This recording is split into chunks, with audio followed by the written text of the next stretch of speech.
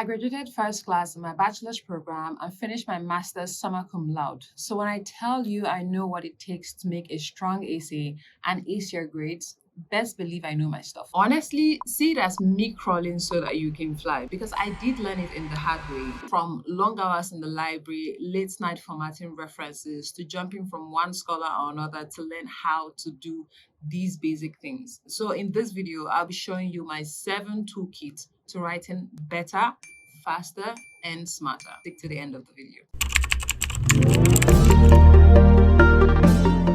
Hi everyone, welcome back to my YouTube channel. My name is Gigi or Stella, and I love to talk about everything from study and productivity to lifestyle and travel.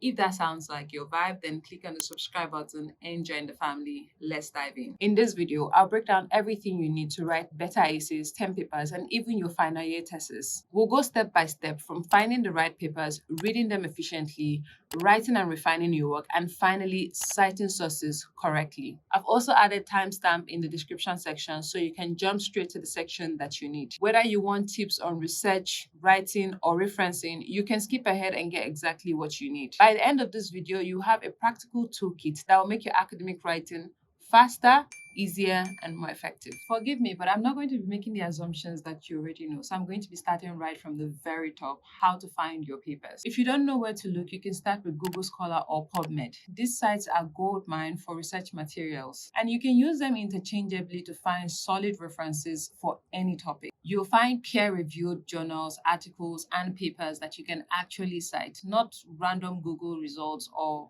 news blogs. If you want, I can do another video showing you exactly how to search efficiently on these platforms. You just need to let me know in the comment section. Number 2, assessing paid papers. Sometimes you find a paper that you really want to use or even reference, but you find out that it's locked behind a paywall, and it can get tricky. But here's the trick. You can use a site called Sci-Hub to access that paper. Just copy the DOI or PMID number and paste it into the site, and instantly you should get access to the paper. I personally found this very helpful during my uni days. Now let's assume that you successfully access 20 journals. Now how do you actually read research papers efficiently? Because reading 10 to 20 journals cover to cover isn't exactly a good use of your time. And to be honest, I wouldn't recommend it. Now that leads me to my next point, which is a tip I got from a very good supervisor. Scan abstracts and results first. The abstract gives you an overall idea what the paper is about and what the authors set out to discover. The results section tells you what they found, the actual results from the experiment or analysis. That's all you need at first to decide if this paper is relevant to your work or not. If it looks relevant, then you can deep dive into the methodology and other sections more carefully. This will save you tons of time and mental energy so that you don't waste hours on a paper that doesn't directly support your argument or your topic. Skim first, dive later. Now, when you go to Google Scholar or PubMed, you're likely going to see tons of papers from different academic research. How do you now figure out which of them is going to be relevant to your work?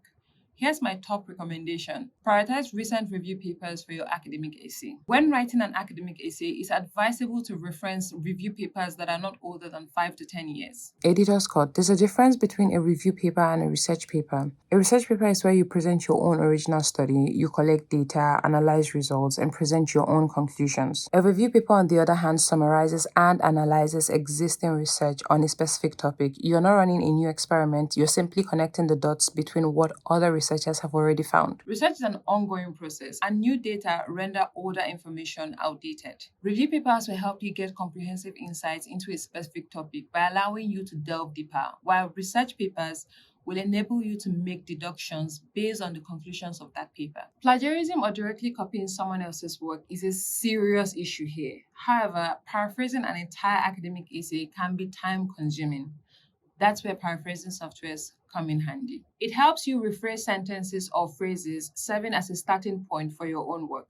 While it's not perfect, it provides a foundation to build upon. Free paraphrasing softwares options such as ChatGPT and Quillbot are pretty accessible to most students. Now, I didn't say you should use ChatGPT to write your essay or your thesis. You just get an F.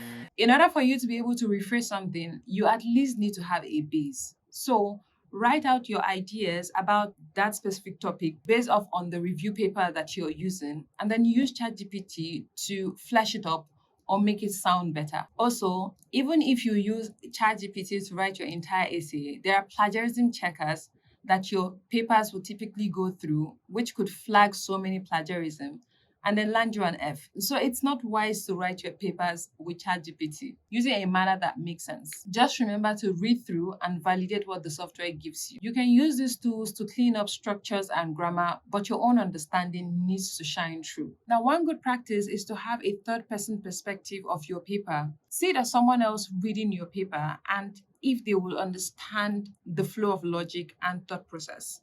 Typically, it would be a senior colleague or even your supervisor who should do this. But what if I told you that there is an AI that can actually do this for you? Kind of like your personal unpaid editor. And that's where Grammarly comes in. Imagine any of the books that you've ever read, any book at all. Before that book got to the final stages, it had to go series of editing and series of editors. It helps you cut out wordiness, fix grammar errors, and make your writing flow better. You can even set a writing goal, academic, formal, persuasive, etc. And it also helps check accidental plagiarism, which is a bonus. Now, one way for sure to avoid plagiarism on your paper is to ensure that you're giving credits to the author whose work you're using to build your own essay. Now, one of the ways to do this is by referencing those papers or citing them in your academic essay. To do this, you'd need to use a specific referencing style that is approved by your school and ensure that you're citing those authors in your paper in order not to accidentally plagiarize them. But the big question is, if you're using up to 20 or 30 journals, how do you efficiently cite all 20 to 30 authors in your papers without missing any of them and doing them properly according to your referencing style? Manually? Please don't do it manually. Let me plug you in. Use a referencing manager. It's a software that helps you in citing your work according to the required referencing style, usually APA for most schools. Tools like Zotero or Mendeley can format your citation into whatever style your school requires, whether MLA, APA, Harvard, anything. It makes your paper look more organized and professional, and it saves you tons of hours. Now, when it comes to referencing people's work, here's my rule of thumb. Try to have at least 10 different journals in your reference list. Let me explain. The more perspectives you include, the richer and more credible your work looks. If you turn in a 3,000-word essay with only 2 or 3 references, it only shows that you didn't explore widely enough. But when you reference 10 or more sources, it tells your professor that you've done deep, thorough research.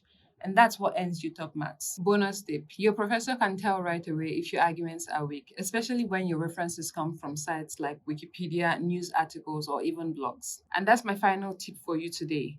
Use peer-reviewed academic sources only. Remember, your argument is only as strong as the sources behind it. That's everything I have for you for today. If you found this video helpful, remember to like, share, subscribe if you haven't subscribed to the channel, and share this video to a friend or someone who's currently in their final year, starting school, or simply just trying to figure out how to write good essays. I'll leave you as always. Remember where you're coming from, remember where you are, and remember where you're going. Until the next episode, it's all shades of love.